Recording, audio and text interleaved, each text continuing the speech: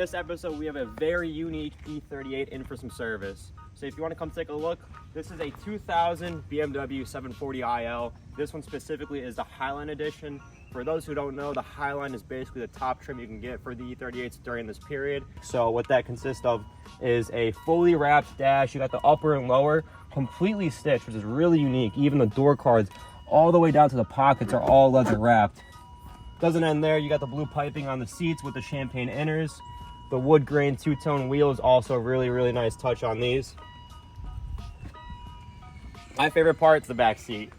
When this came in, I was amazed with what this thing has. So back in 2000, not only did it have heated rear seats, it also has reclining heated rear seats. All the attention to detail that they had on these. They just don't make them like they used to anymore. So this 740 only has 132,000 miles. While that might still be low, it's definitely gonna have some oil leaks as it is an M62. Aside from that, we have, things such as fluids to change, belts to change, brakes to redo, arms to go over. So it's got a lot of stuff that it needs.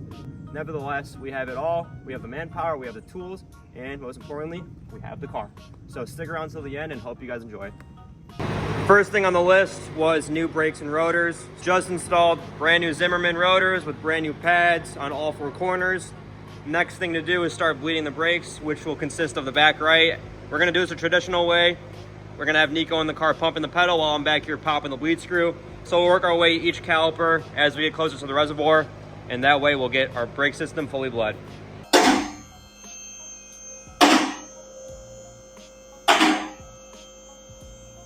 So at this point in time, it's hard to tell where all these leaks are coming from. As soon as we get this tray off, we're gonna notice a big leak coming from the lower oil pan gasket. That's what we'll be doing, at least underneath. Up top, we'll do the valve cover gaskets. From there, we're gonna do power steering system stuff. But as of right now, like I said, we gotta get this tray off to access the lower oil pan.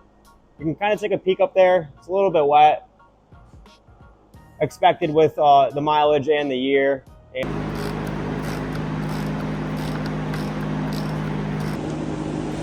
Oh.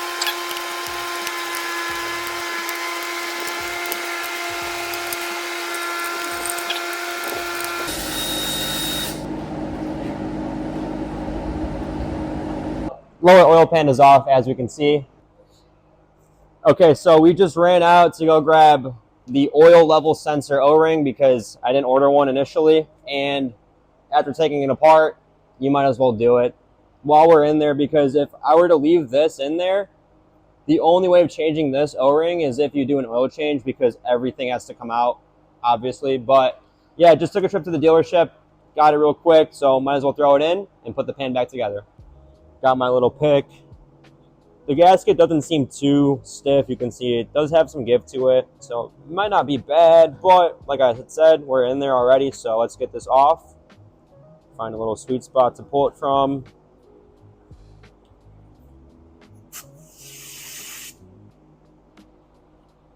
So off with the old and in with the new.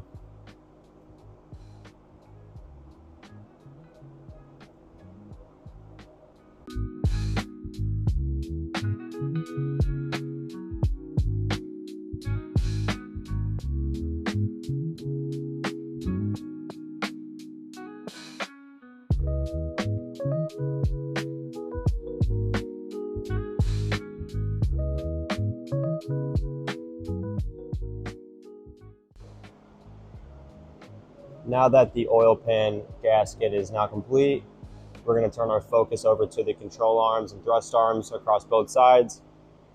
Visually, you can tell that the boots are torn, and once I put my pry bar to it, I was able to see visible play.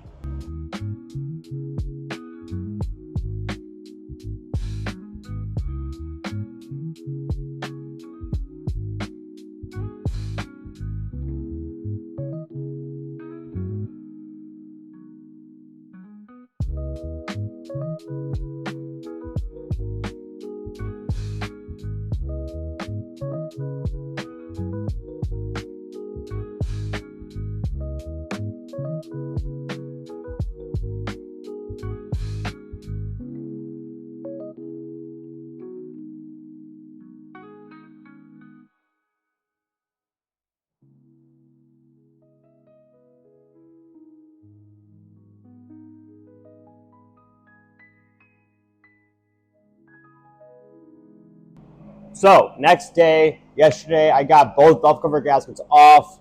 Next thing moving forward is to clean everything up in preparation for the new gaskets. From there, we'll apply RTV wherever needed and get it back together. I also did inspect the filter itself. I looked in it thoroughly through every little slit, every groove, saw no plastic in there. So that's good on that part. But moving forward, you can tell that the valve cover gaskets were completely shot, at least the inner. You can see you have the outer and the inner on these. In this case, the inner is what was leaking the most, given that the spark plugs are literally swimming in 10W60. So we'll get that off, put the new one on, clean all that oil out, and get the new stuff on.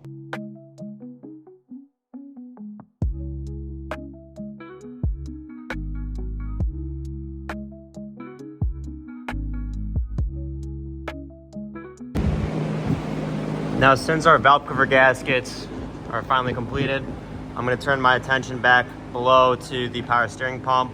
So I have the new hose ran through somewhere. We gotta go find it, but I dropped it down, so I gotta go grab that. Got new crush washers from the dealer. So we'll throw these on, bolt the pump back together, put in our fluid, and bleed the power steering system, pour oil in it, and give it its first start. All right, power steering lines are now hooked up. Everything looks nice and clean. Now that this is done, we can take our Focus back up top, fill it with some fluid, fill it with some oil, and start it up. Power steering reservoir is now freshly filled. Next, let's give it the juice. And for the go-go juice, we got Castrol 10W60. This is per the owner's request. This is what he runs in all of his cars. He told me this is also what he uses in his S62 E39 M5. So got 8 quarts of this stuff. I believe this takes 7.9, which is kind of expected with this big old V8. So we'll get this thrown in there, check everything over, and give it the first start.